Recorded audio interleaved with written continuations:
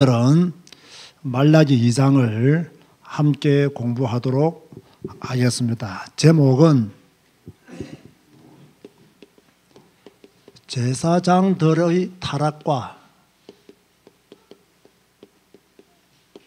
백성들의 잘못된 결혼 생활입니다.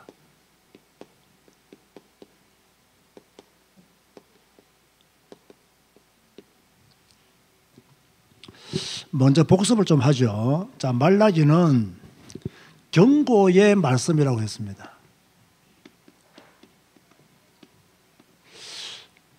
누구에게 준 경고의 말씀이냐? 이스라엘 백성들에게 준 경고의 말씀이요, 예언의 말씀이죠. 하나님은 에서보다 누구를 더 사랑했습니까? 야곱을 더 사랑했죠. 그런데 이들은 말하기를 하나님이 언제 우리를 사랑했습니까? 라고 그렇게 질문을 합니다. 자, 왜 이런 고백이 나왔다라고 제가 설명을 했나요? 자, 이스라엘 백성들은 포로에서 돌아온 지 몇 년이 지났다? 100년이 지났다. 성전도 재건하고 또 많은 선지자들이 예언했던 것처럼 메시아가 올 줄을 알고 기다렸는데 메시아는 오시지 않고 생활은 더 어려워지게 된 거예요. 그래서 그들의 신앙생활은 다시 나태해지기 시작했고, 나태해진 그들에게 하나님은 경고의 말씀을, 예언의 말씀을 주신 것이죠. 한번 따라서 합시다. 나태해지지 말자. 나태해지면 뭡니까? 하나님은 우리에게 또 경고의 말씀을 주시는 거죠. 자, 그러면서 특별히 하나님은 1장에서 누구의 죄를 지적했습니까? 바로 제사장들의 죄를 지적하셨죠. 제사장들이 어떤 죄를 지었길래 하나님은 그들의 죄를 지적했느냐? 여호와의 이름을 멸시했어요. 제사장이 여호와의 이름을 멸시하면 안 되잖아요. 그들은 정상적인 예물을 주님께 드리지 않았어요. 더러운 떡을 드렸고 눈먼 희생 제물을 드렸어요. 그래서 이런 제사장들에게 하나님은 무엇이라고 말씀하셨느냐? 저주가 있을 것이다. 그렇게 말씀하셨어요. 자, 그러면서 이제 2장으로 넘어가거든요. 우리가 2장을 요약하면, 자, 1절에서 9절 말씀은 앞에서 말한 바와 같이 타락한 제사장들에게 하나님은 계속해서 말씀을 하고 있어요. 무슨 말씀을 하고 있느냐? 너희가 저주를 받을 것이다. 그렇게 계속해서 하나님이 1장에 이어서 말씀하고 있고요. 10절에서 16절까지는 백성들의 오늘 제목처럼 잘못된 결혼 생활에 대해서 이야기를 하고 있습니다. 자, 그런데 여러분 2장을 자세히 보세요. 몇 절까지 있어요? 17절까지 있죠. 그런데 제가 왜 17절을 뺐을까요? 제가 오래전에 여러분에게 성경 읽기 세미나를 할 때 이게 성경을 이렇게 절수를 나눌 때 학자들이 실수를 해가지고 뭔가 이렇게 앞뒤 안 맞게 이렇게 잘라낸 경우들이 있다고 제가 여러분에게 설명했습니다.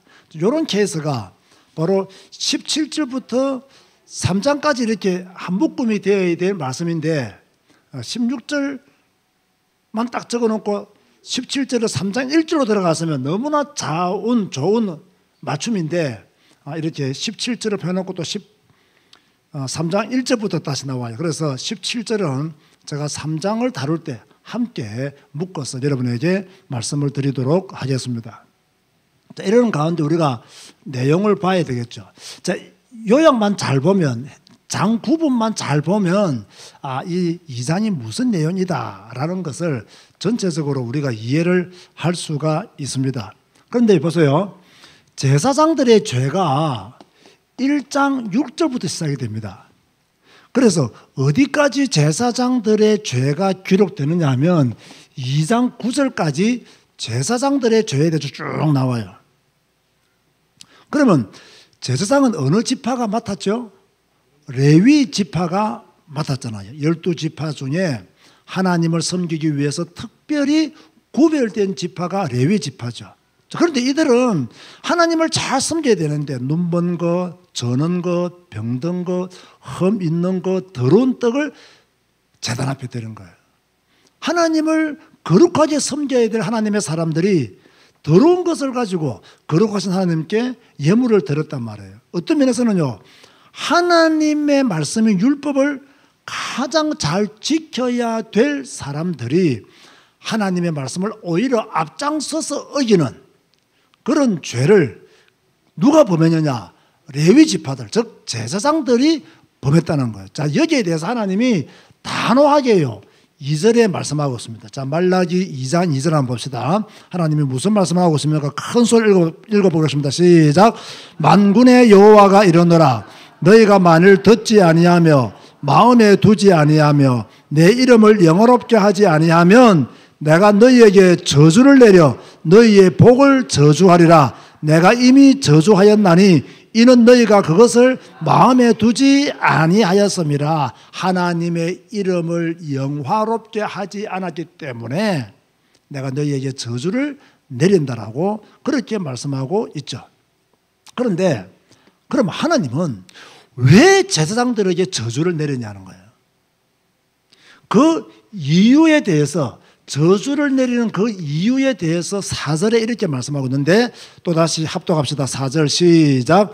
만군의 여호와가 이르노라. 내가 이 명령을 너에게 내린 것은 레위와 세운 나의 언약이 항상 있게 하려 함인 줄을 너희가 알리라. 자, 여기서 또 무슨 단어가 나왔습니까? 레위와 뭘 세웠다? 언약을 세웠다. 여러분, 레위 언약.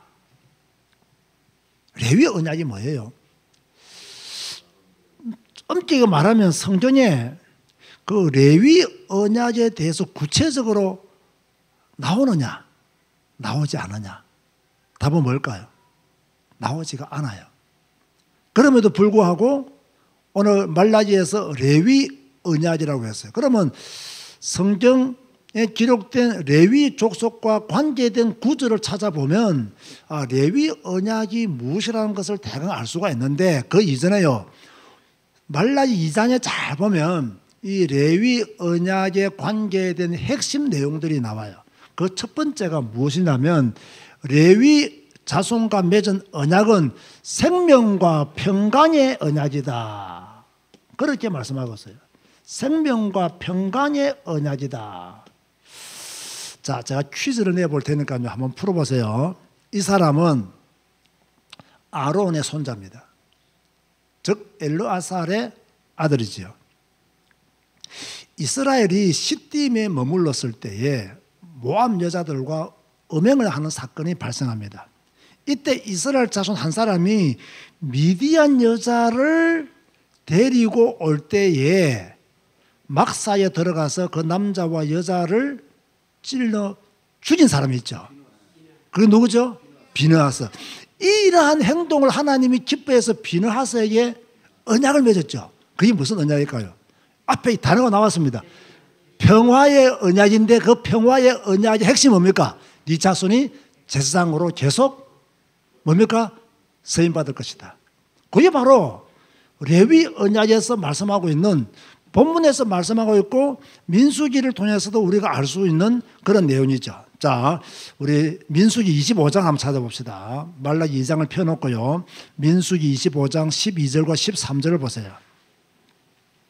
민수기 25장 12절과 13절을 보면 참 성경 공부 재미있습니다. 우리를 더 복음의 사람으로 확립시켜주는, 성경의 사람으로 우리를 우뚝 세우는 그러한 것이 바로 성경 공부다, 그렇게 생각합니다. 우리 생방송으로 예배 드리시는 분들 중에서도 많은 분들이 비느하스라고 이렇게 일찍이 답을 해 주시고 계시네요. 자, 그러므로 말하라. 내가 그에게 내 평화의 언약을 주리니 그와 그의 후손에게 영원한 제사장 직분의 언약이라. 그가 그의 하나님을 위하여 질투하여 이스라엘 자손을 속죄하였음이니라. 고로 레위 언약은 아론과 그의 후손들에게 준 언약이다. 그러면 이 레위 언약을 왜 주느냐? 오늘 다시 말라기 2장으로 건너가게 되면요, 5절 중반에 보면 왜 레위 언약을 주었느냐? 하나님을 경외하라고 레위 언약을 주었다 라고 말씀하고 있어요. 그리고 제사장들은 누구냐? 바로 하나님의 사자들이다 라고 6절과 7절에 말씀하고 있는데요. 저는 이걸 오늘 읽으면서 마음에 약간 찔림이 있었어요. 자, 2장 6절과 7절을 봅시다. 2장 6절 7절을 보면 말라기입니다. 이렇게 말씀하고 있죠. 다 같이 합독합니다. 시작. 그의 입에는 진리의 법이 있었고 그의 입술에는 불의함이 없었으며 그가 화평함과 정직함으로 나와 동행하며 많은 사람을 돌이켜 죄악에서 떠나게 하였느니라. 제사장의 입술은 지식을 지켜야 하겠고 사람들은 그의 입에서 율법을 구하게 되어야 할 것이니 제사장은 만군의 여호와의 사자가 됨이거늘. 참 중요한 말씀들이 많이 있죠. 제사장의 입에는 진리의 법이 있어야 된다. 불의함이 있으면 안 된다. 화평함과 정직함으로 하나님과 동행해야 된다. 그리고 많은 사람을 죄악에서 떠나게 해야 된다. 누가? 제사장은.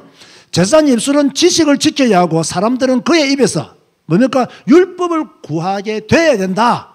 그런데 제사장들이 타락했고 이 제사장들이 타락했기 때문에 나중에 누구까지도 타락하느냐? 백성들까지도 타락했다라는 것이 말라기 2장이라는 거예요.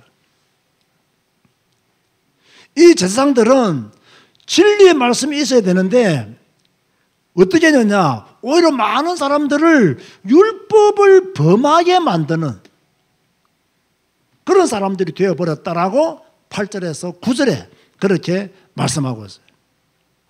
제사장들이 옳은 길에서 떠나버렸으니 백성들도 옳은 길에서 떠나버리는 거예요. 제사장들이 여호와의 이름을 멸시하고 하나님의 성호를 영원롭게 하지 않으니까 백성들도 똑같이 그렇게 되어버린 거예요. 한번 따라서 하시기 바랍니다. 사람은 행한 대로 받는다. 자, 사람은 행한 대로 받는다. 이게 율법일까요? 복음일까요? 여러분 어떻게 생각하세요? 우리가 행한 대로 뭔가를 강조하고 행한 대로 받는다 이러면 자꾸 율법이라고 생각하는 경향들이 있는 것 같아요.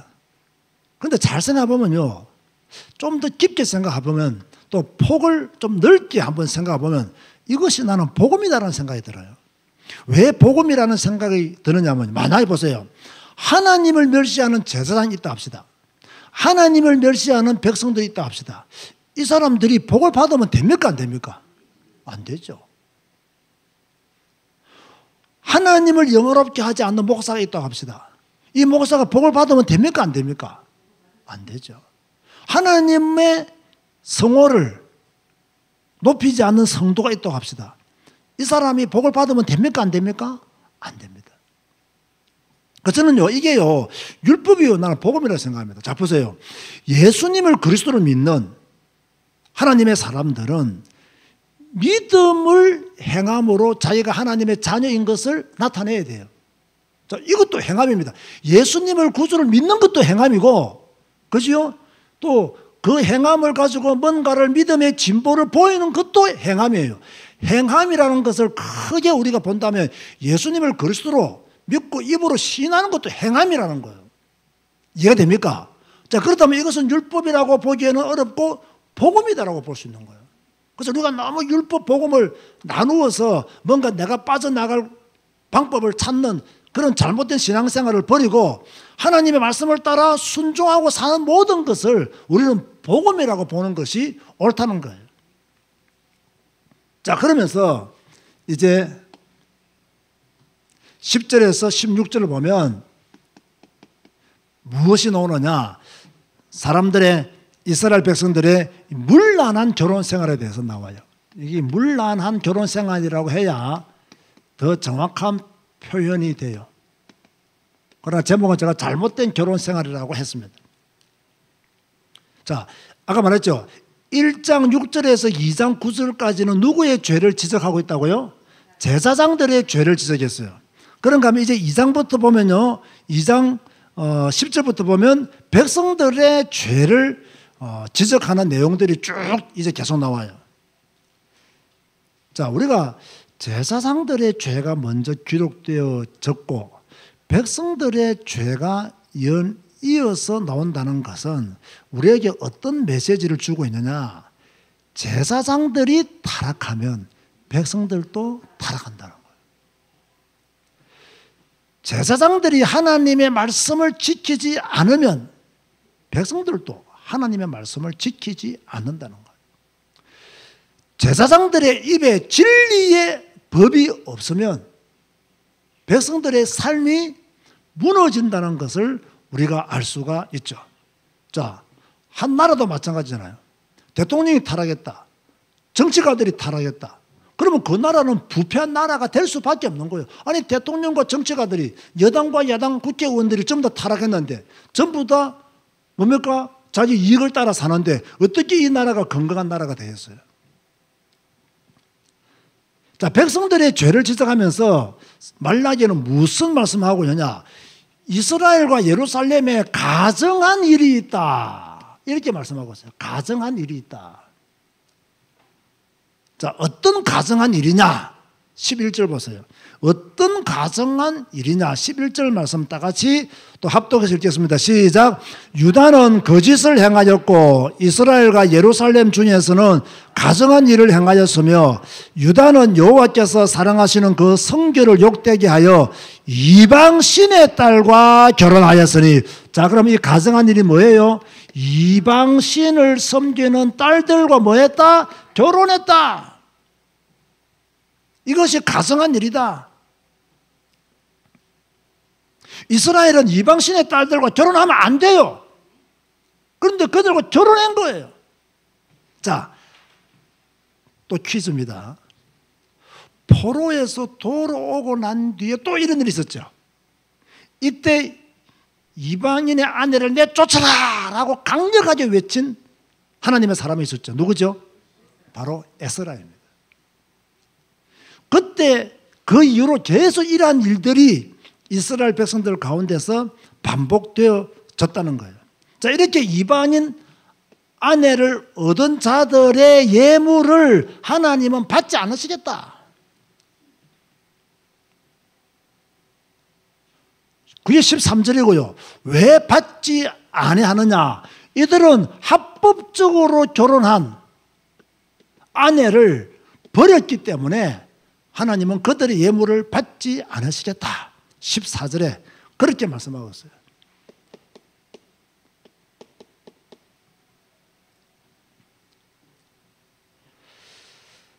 자, 그런데 여기까지는 이해가 되어졌죠. 그런데 말라기 전체에서 가장 해석하기 어려운 성경 구절이 2장에 있어요. 여기에 대한 정확한 답을 아는 사람은 거의 없어요. 그러나 우리가 해석은 한번 해볼 수 있는데 그게 몇 절이냐? 15절 말씀이에요. 15절 말씀. 2장 15절 한번 봅시다. 한번 읽어볼까요? 시작. 그에게는 영이 충만하였으니 오직 하나를 만들지 아니하셨느냐?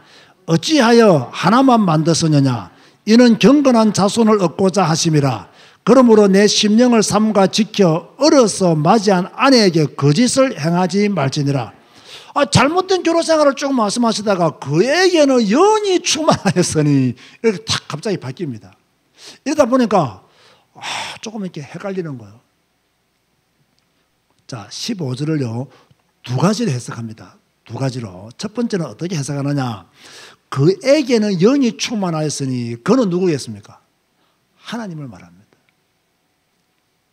그는 누구로 말한다고요? 하나님을 말해요. 오직 하나를 만들지 아니하셨느냐? 오직 하나는 뭐겠어요? 아니에요. 지금 이 결혼이라는 관점에서 봐야 됩니다. 누구겠어요? 조금 쭉 올라가 보면 생각나는 사람들이 있을 건데요. 오직 하나를 만들었다. 오직 하나니까 아담이라고 볼 수 있잖아요. 그죠? 그런데 여기서는 아담과 하와를 동시에 말합니다. 왜? 부부는 한 몸이기 때문에. 한 몸이기 때문에. 이렇게 해볼 수 있다는 거예요.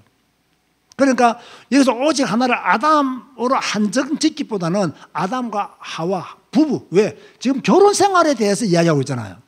그래서 아담과 하와로 동시에 보는 것이 옳다.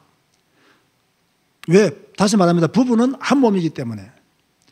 하나님은 영이 충만하여서 많은 부부를 만들 수 있었지만 아담과 하와 딱 한 부부만 만드셨다. 왜 그러면 아담과 하와 한 부부만 하나님이 만드셨느냐? 오늘 여기에 15절은 뭐라고 대답하고 있어요? 경건한 자손을 얻기 위해서다. 이게 첫째 해석이고요. 자, 두 번째 해석입니다. 그는 역시 하나님이십니다.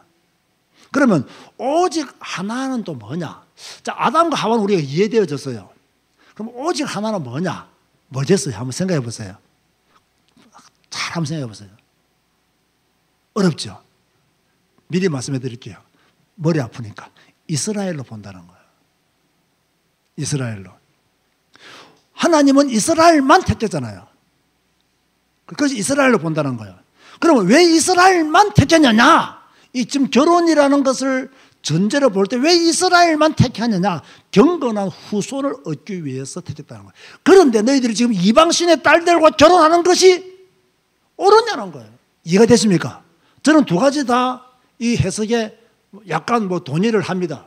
정확한 해석이라고는 볼 수 없겠지만 한번 풀어서 성경적으로 전체적인 맥의 흐름과 같은 해석이라고 저는 보기 때문에 이 두 가지 해설, 말라기에서 가장 어려운 2장 15절의 해석을 저는 두 가지로 여러분에게 설명을 드리는 거예요. 이해가 되시죠? 경건한 후손을 얻기 위해서 아담과 하와 한 부부를 주셨고 경건한 후손을 얻기 위해서 이스라엘만 택했는데 지금 너희들이 이방신의 딸들과 결혼하는 것이 옳으냐는 거예요. 경건한 후손을 뭡니까? 얻을 수 없다는 이야기예요. 이스라엘 백성들이 이방신의 딸들과 결혼하고 연이어서 무슨 일을 만들었냐? 합법적으로 결혼한 여자를 버리는 거예요. 이혼하는 거예요. 그래서 16절에 이렇게 말씀하고 있습니다. 한번 읽어보시죠. 16절 큰 소리를 시작. 이스라엘의 하나님 여호와가 이르노니 나는 이혼하는 것과 옷으로 학대를 가리는 자를 미워하노라. 만군의 여호와의 말이니라. 그러므로 너희 심령을 삼가 지켜 거짓을 행하지 말지니라. 하나님은 이혼하는 것을 뭐 하신다? 미워하신다. 자, 우리에게 주시는 메시지가 뭐냐? 자, 지금까지 2장의 내용을 잘 설명했죠. 자, 우리가 주는 메시지가 뭐냐? 지도자가 중요하다. 이 지도자의 중요성, 국가 지도자, 교회 지도자 너무너무 중요하죠. 제사장들이 말씀을 지키지 않는다? 백성들이 또 말씀을 지키지 않아요. 제사장들이 하나님의 이름을 영화롭게 하지 아니한다? 그러면 백성들도 하나님의 이름을 영화롭게 하지 않습니다. 제사장들이 하나님을 경외하지 않는다? 백성들도 하나님을 경외하지 않습니다. 그래서 지도자가 중요한 것이다. 목사의 입에는 진리의 법이 있어야 되고 화평함과 정직함으로 하나님과 동행해야 된다. 그래야 성도들이 교회에서 떠나 하나님께로 돌아가는 거죠.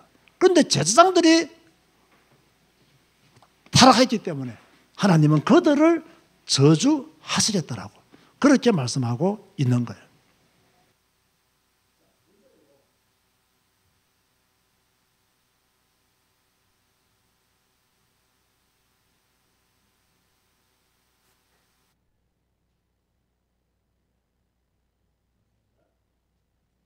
자, 두 번째로요. 자, 우리가 성경에서 말하는 결혼 제도에 대해서 한번 이야기를 해봅시다. 자, 결혼 제도는 누가 세웠었죠? 하나님이 세웠었죠. 자, 우리가 성경에서 이 결혼에 대해서 말할 때 우리가 마태복음을 많이 인용을 하죠. 마태복음 19장 5절과 6절 말씀 인용하는데 한번 읽어봅시다. 마태복음 19장 5절에서 6절 말씀 한번 읽어봅시다. 자, 다 찾았습니까? 시작. 말씀하시기를 그러므로 사람이 그 부모를 떠나서 아내에게 합하여 그 둘이 한 몸이 될지니라 하신 것을 읽지 못하였느냐?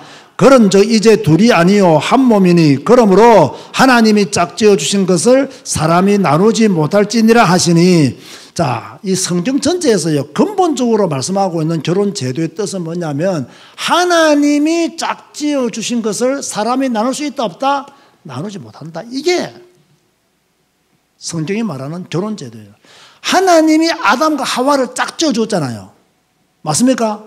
그럼 이걸 사람이 나누면 됩니까? 안 됩니까? 안 된다는 거예요. 자, 그런데 구약을 보면 이혼을 허락했을까요? 안 했을까요? 이혼 허락했죠. 뭘 서술을 해서요? 이혼 정서를 서술해야 됐습니다. 아니, 하나님이 짝지어 주신 것을 사람이 나누지 못한다라고 말씀하셨는데 왜 또 구약에 이혼 정서를 서술하고 말씀했느냐? 오늘날로 말하면 합법적인 이혼입니다. 왜 이혼을 또 이렇게 허락해 주었는가? 잘 들으세요. 하나님의 원래 결혼 제도는 이혼이 불가능한 제도입니다. 아시겠죠? 그런데 타락한 인간들이 뭡니까? 자꾸 이렇게 이혼을 원한다는 거예요. 타락한 인간들이 자꾸 이혼을 한다는 거예요. 그래서 하나님은 아담의 타락 이후에 이혼을 허용했답니까? 그렇게 허용하는 의미로 이혼 정서를 서주라. 그렇게 말씀한 거예요. 그러나 하나님의 본래 의도는 뭐라고요? 이혼은 안 된다라고 하는 것이 하나님의 원래 결혼 제도를 세우신 이유이고요. 타락한 인간들의 반복되는 그런 어떤 죄악으로 말미암아 이 죄악이 이 부부에게 계속 적용될 때 이 부부가 고난과 더 큰 불행 속으로 빠질 수 있기 때문에 이혼하는 것을 허용해 주었다. 그런데 인간은 이걸 또 딱 이혼해가지고 어떻게 합니까? 이혼을 너무 쉽게 한다는 거예요. 참 인간의 타락상은요 계속해서 이어지고 있음을 볼 수 있는 거죠. 이때 우리 모든 성도들은 세상에 살지만 세상 정신에 물들지 않고 소금의 역할, 빛의 역할을 잘 감당해야 된다. 아멘 하시기 바랍니다. 자, 우리에게도 어려운 일들이 많이 있죠. 힘든 일들이 많이 있죠. 그렇지만 우리는 성경을 유일한 기준으로 삼고 하나님의 원래 세우신 그 결혼 제도의 목적을 따라 믿음으로 가정을 지키고 믿음으로 우리가 하나님의 말씀에 순종하도록, 비록 세상은 그렇게 흘러가지만 우리는 빛과 소금의 역할을 잘 감당하는 그런 성도가 되어야 되겠다라는 각오와 다짐을 했으면 좋겠다라는 의미로 제가 우리에게 주시는 메시지 마지막 부분 여러분에게 말씀을 전가하게 되었습니다. 말라기 2장 재밌습니다. 말라기 계속 여러분 들으시기를 바라고, 자 3장과 4장이 남았습니다. 4장은 뭐 6절인가 뭐 7절밖에 없더라고요. 빨리 끝낼 수 있을 것 같은데요. 이제 우리가 계속해서 성경을 공부하는 가운데 하나님에 대해서 더 많이 알아가고 말씀에 대한 깊이가 더 깊어지는 여러분 되시기를 주님 이름으로 축원드립니다. 주님 감사합니다. 성경 배우게 하시니 감사합니다. 성경 공부하게 하시니 감사합니다. 말씀이 우리 마음속에 자리 잡게 하여 주시니 감사합니다. 또 말씀을 따라 우리 자신이 정화되게 하심도 진실로 감사를 드립니다. 힘들고 어렵지만 말씀에 순종하고 세상에 살지만 세상에 물들지 아니하고 말씀에 복종하며 사는 그리스도인들이 되게 하여 주옵소서. 예수님의 이름으로 기도드리옵나이다. 아멘.